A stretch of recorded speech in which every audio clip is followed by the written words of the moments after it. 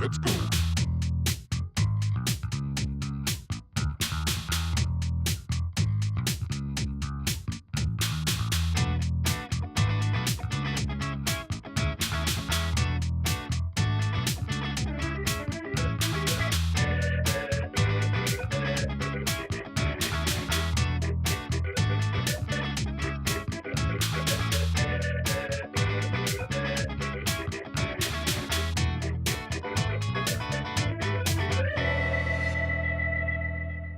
Welcome home to 42 Geek Street, your guide to the world of the geek for that little bit of geek in all of us. Hi, I'm Ren.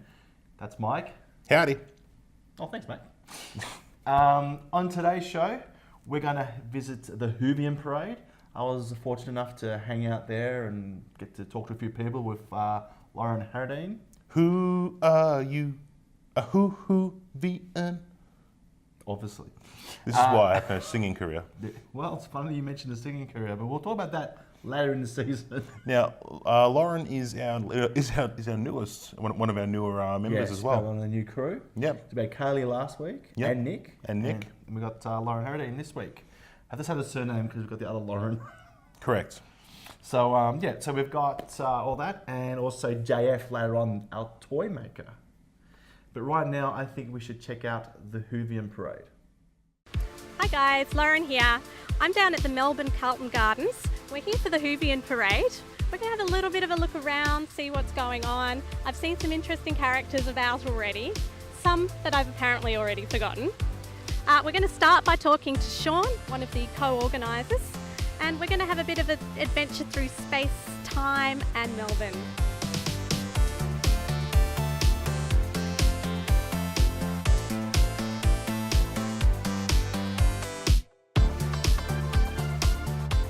I'm here with Kathy. We're going to have a little talk about her amazing outfit. It's just incredible. So you're a TARDIS.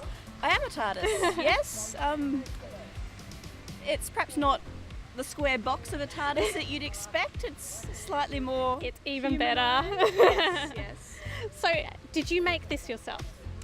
Well, I bought the corset, but everything else I made.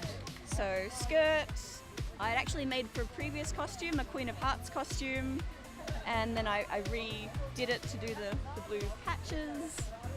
The jacket I'd had for years, but then also redid it to be a bit more Repurposed. TARDIS-y. Nice. And the hat? And You the did the hat yourself? I did. Well, I bought a little hat, but I felt covered it and Yeah. TARDISficationed it. Is that a lovely. word? Yeah, it is now. It is now. So do you have any tips for anyone who'd like to try putting together a similar costume at home? Any tricks of the trade?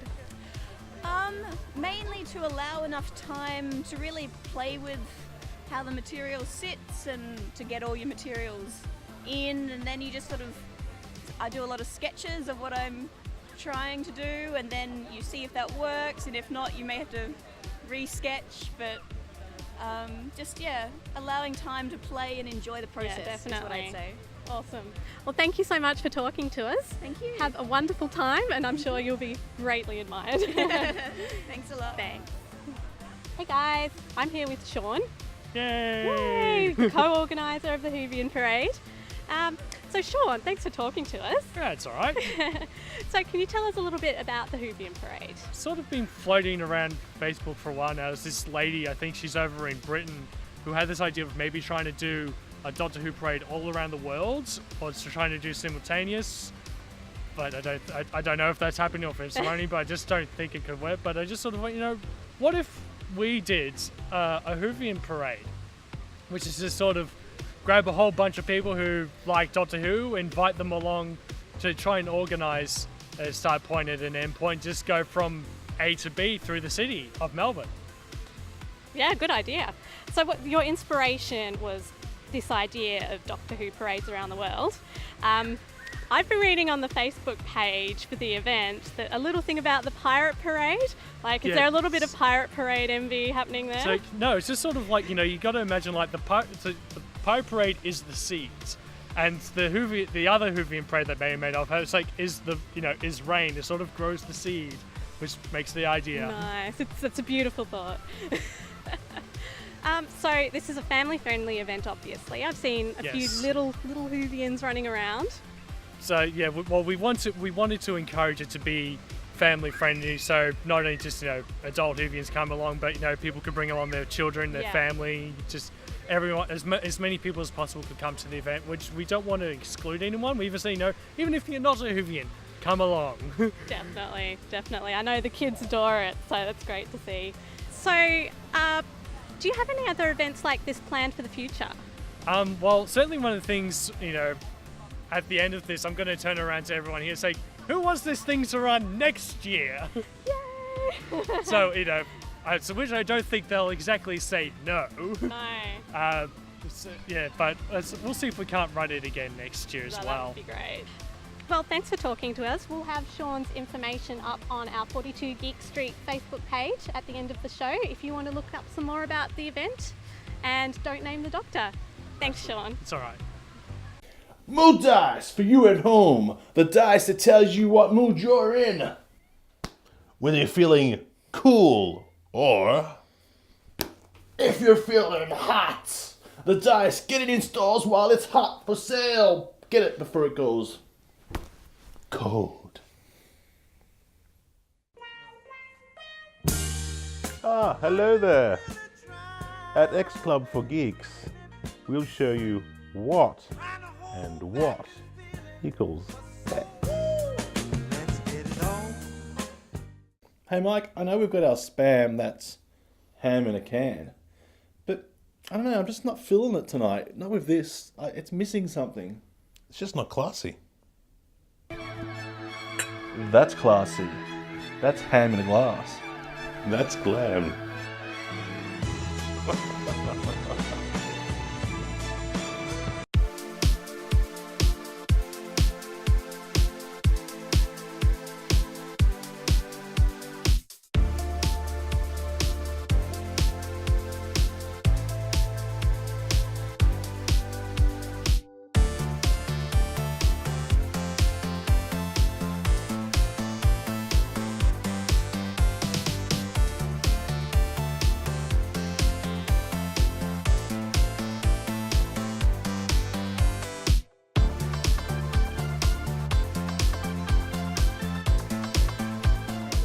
Everyone, I found a weeping angel, Belle. Don't get any ideas, I've got a crew here. We're all watching. I need a bit of lunch. Well, thanks for talking to us. Not a problem. Most of all, I'm curious about your body paint. Yeah. Can you tell me a bit about that? Because it's quite a warm day today, and yes, I just have visions, if I tried it myself, melting. It's not too bad. I've done a lot of face paint and makeup and things like that before, so pretty much I just put primer on and then I just use body paint, and including in my hair, so I put my hair how I want it, spray paint it, and then use body paint in it. So because it's water based, I literally get in the shower and it comes straight off. Nice. So it's not a prolonged process. No. Thank goodness it is not long. Yeah, you wouldn't want that on a day like today. So the hair. Tell me about the hair. How does that work with the body paint? It's not too bad. It's a lot harder to put my hair up now because I used to have long hair when I first did this costume. So I could do a bun and it would just be simple. But now it's all laid and short, so I have to twirl it and try and get the paint in and around it. But yeah, if you put hairspray in first, it comes straight out. Oh, nice. I'll remember that. Hi, I'm here with Kate. Kate, thanks for joining us. That's all right. Can you tell me a little bit about your character? All right. Well, I am a very, very rare Joanna Lumley from the Curse of the Fatal Death cosplayer. I like to believe it's canon because it was a story that Stephen Moffat did write. So, yes, I made most of it myself, and I like to get her out. She likes to get out. I can see why. So you made most of it yourself? Yes. How long did that take you? Probably all in all, maybe 30 hours over about 3 weeks. Okay. Yeah. Okay. Any particular challenges you encountered getting it together? Oh, yes. Oh, really? Can you tell us about them? Crushed pane is the devil. Never work with it ever. Oh no, but it looks so amazing. It does. What makes it problematic? It's stretchy and it's slippery and it's impossible to get it to sit straight. Well, it all worked out great. Thank you. I'm here with some members of the Victorian Doctor Who Club. Let's talk to Colin first. Colin, nice fans. Thanks. Yeah. I take it. Yeah. Mine's better. So, Matt Smith's your favourite Doctor, is he? No, this is just the only costume that fits me. It's pretty simple, isn't it? Yeah. Mine was basically what I had lying around, so Yeah. Well, I got the jacket from the pop-up shop a couple of weeks before the anniversary. Oh, really? So very this quickly. is a certified, Yes. certified 11th Doctor jacket. So And this how are you feels- going in the heat? I'm managing. Very nice, very nice. I Yes. like it. Very Yes. good. You can tell the BBC make these things for winter wear, but over here, Yeah, no, it's not good for Australia, is it? No. No. And Kristen, you're a Dalek. Can I ask, do you intend to kill us all? Exterminate, exterminate. So, what went into putting your costume together? Did you make it yourself? The skirt I actually did, polystyrene balls painted and stuck on a skirt that I made and lacy parts. Corset I did buy. I originally had made a over corset that was more Dalek styled. Then I got this steampunk style corset and I loved it and found it went with the outfit, and every time I wear it I get compliments on it, so now it's become part of the outfit and it sort of turned into a bit of a gothic steampunk. And Philip, who are you playing today? Well, I'm the final 11th Doctor in his final season. Yeah. Bit of a favourite?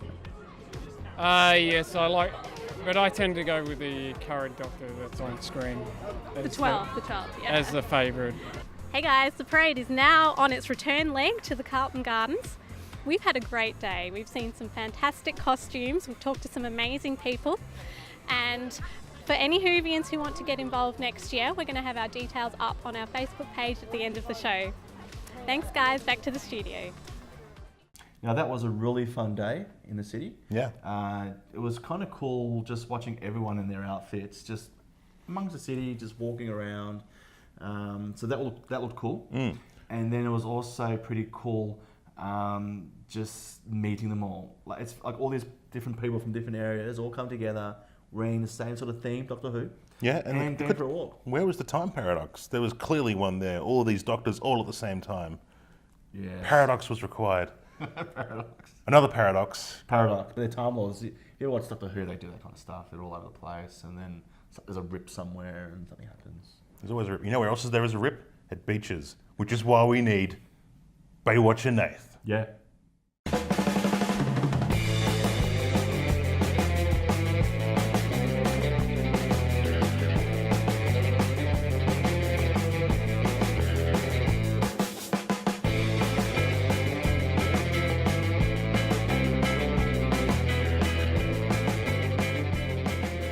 Is that your favourite genre?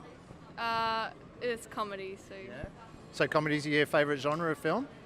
yeah. Favourite genre?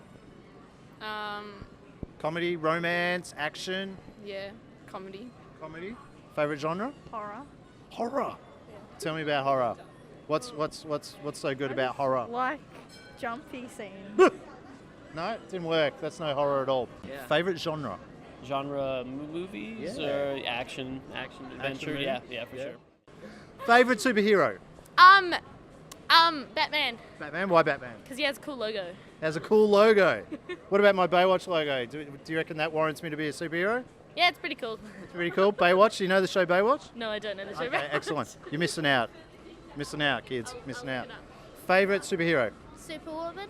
Superwoman. Why Superwoman? She's really pretty. She's pretty. We're talking about the blonde hair with the short red skirt. I like the costume. You like the costume. You know, very similar colours to what I'm wearing too. It really is. Superhero material. Favourite superhero? Batman as well. Batman as well. Not because of the logo. No, Why? because it's my school's house. Oh, name. Batman. Yeah. Did you know historical event here? Well, Yeah, Batman, the founder of Melbourne or something. yeah, Batman. We were going to be called Batman. That would be really cool, wouldn't it? Yeah. No, not really. Yeah. Yeah. What is your favourite genre of film? Don't know. Would it be action, drama, comedy? Suspense. Suspense. Out of the suspense, is there a film that off the top of your head you can think of that you enjoy? Misery. Oh, that was the one where put the log between his Yeah. legs and yeah. That I was in misery just watching that one. Absolutely. Yeah. That's good. Coming up after the break, we speak to JF. The maker of toys. True story. That's classy. That's ham in a glass. That's glam.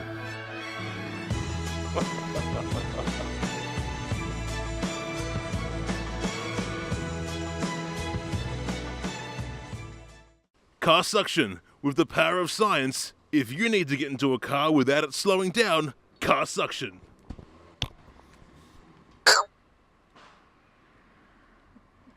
Car suction. When you gotta get into your friend's car without it slowing down, car suction is the way. Classy. Suction with class. Glam.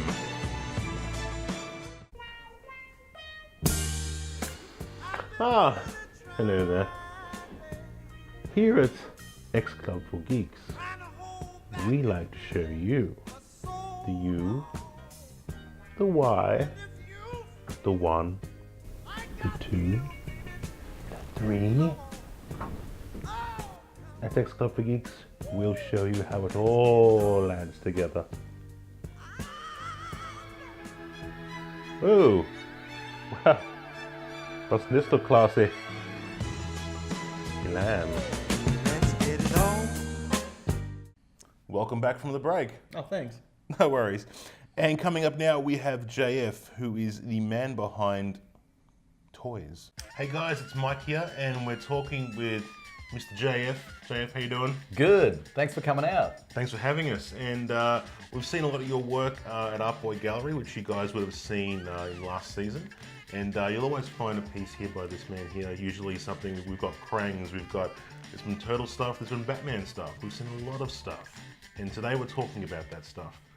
You see how I got this job, right? Yeah. Amazing. So, first of all, I suppose, what got you involved? I mean, why did you want to start building toys? Why did you want to start mashing toys together? And what was your first thought to do? The thing about toys is that I've been a collector for years now, and I'm not one to sit back and just, consume everything. I really want to be a part of the scene. Then I found out there was a scene. The US and the UK and even Japan, Singapore, a lot of guys are actually making their own toys. They're casting their own resin toys. And it was just one of those things where I saw a photo on my news feed, and I just scratched the surface and just dug a lot deeper. And I realised that you could be making this stuff at home. You didn't need to get 1,000 units made in China. You could make this stuff at home on your own, dining room table. And, it's been a long process to actually get to this point. I've taken about 3 years to get to what I'm doing now. Yep.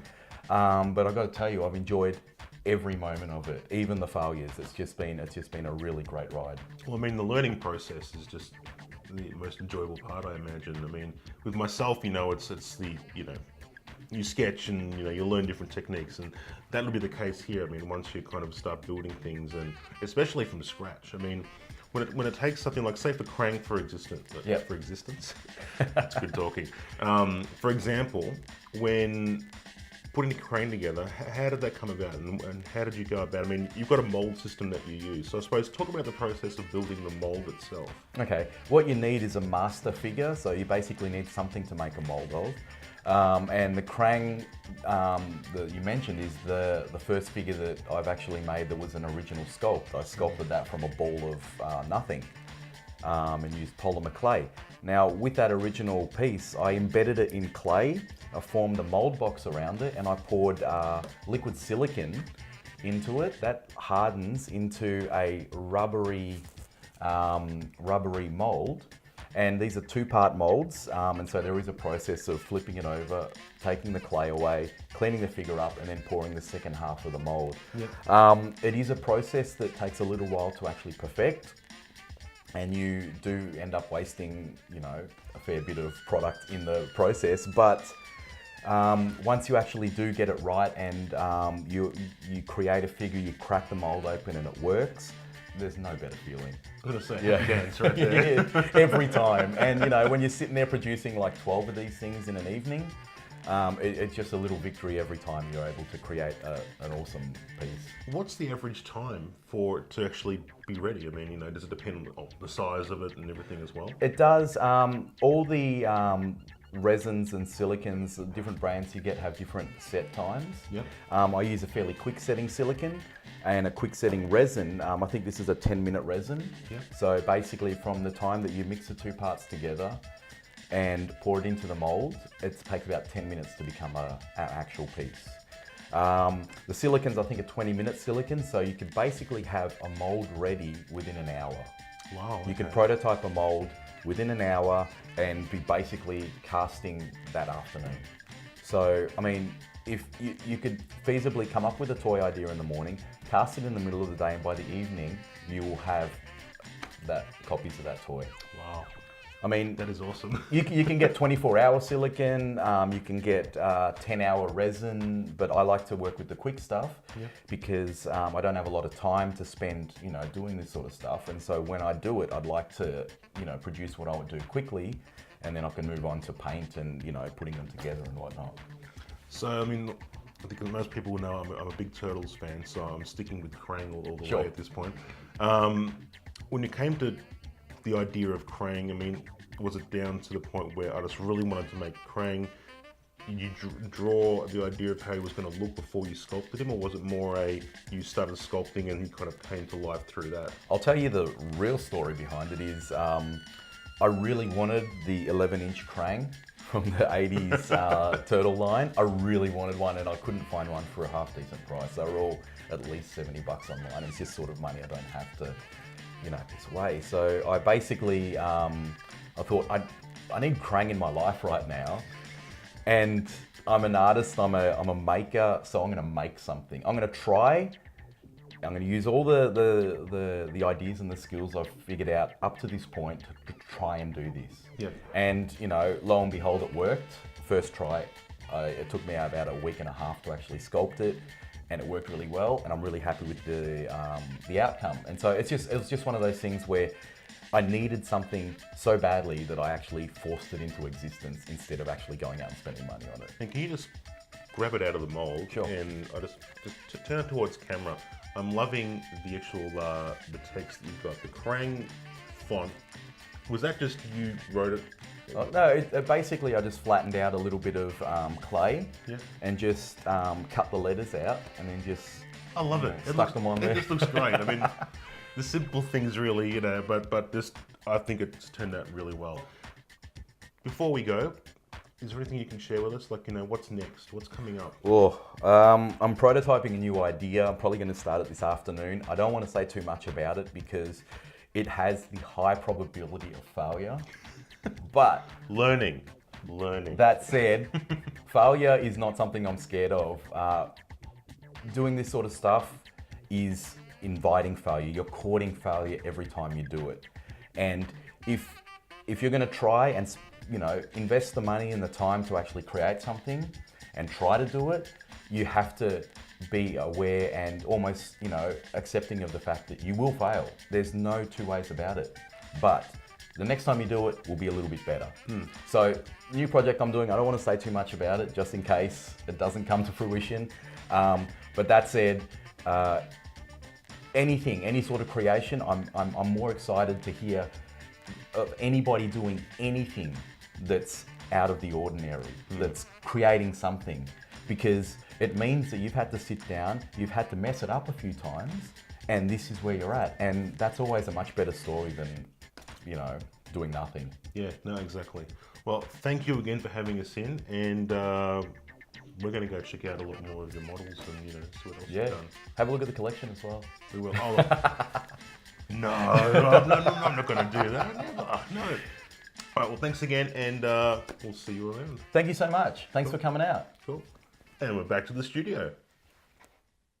So how cool is that, Mike? Very cool. Very cool. I like the fact that he's got this like little attitude of, hey, if I can't buy it, if I can't get hold of it, I'm gonna imagine my own thing up and create it. Yeah, which is awesome. It's a great way to kind of create things which either you can't get access to or just don't exist. So my hat goes off to him. And the fact he actually goes out and makes it, you know, from scratch. And one thing that Jay showed was that wall. Like he's made a lot of mistakes to get to where he is. You know, to make the first object, he had to go through mold after mold, and oh no, and it's too soft, too much. And it's a scary thing, and it can deter a lot of people as to, you know, not going on. So, you know, well done to JF for going through with that too. Yeah, and anything you ever take on, be it the filming of a show, taking on a project, creating events, anything you ever do, you're gonna come across these walls where it feels like it's not gonna work, it's just too hard. If you could just fight through it, problem solve, you'll get there, and it's always worth it. I mean, always worthwhile. Always worthwhile. Now, we have a little something here, so it's giveaway time. Yeah. And as you may have seen, we had the Krang.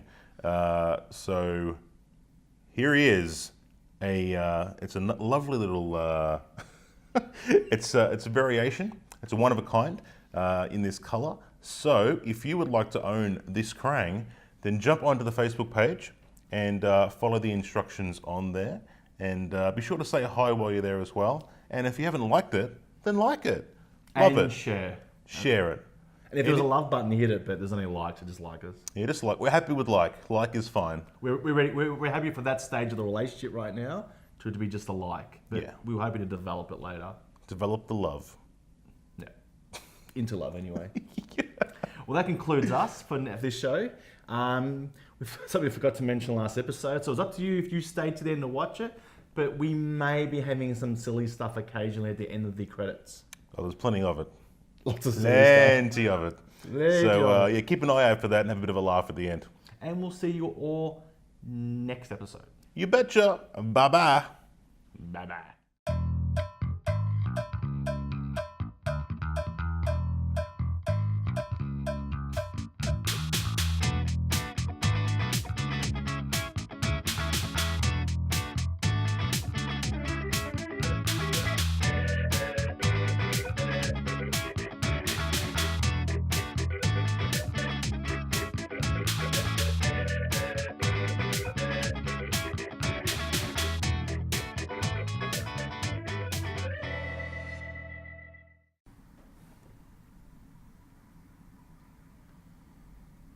Who's starting? I am. Oops. There's an edit.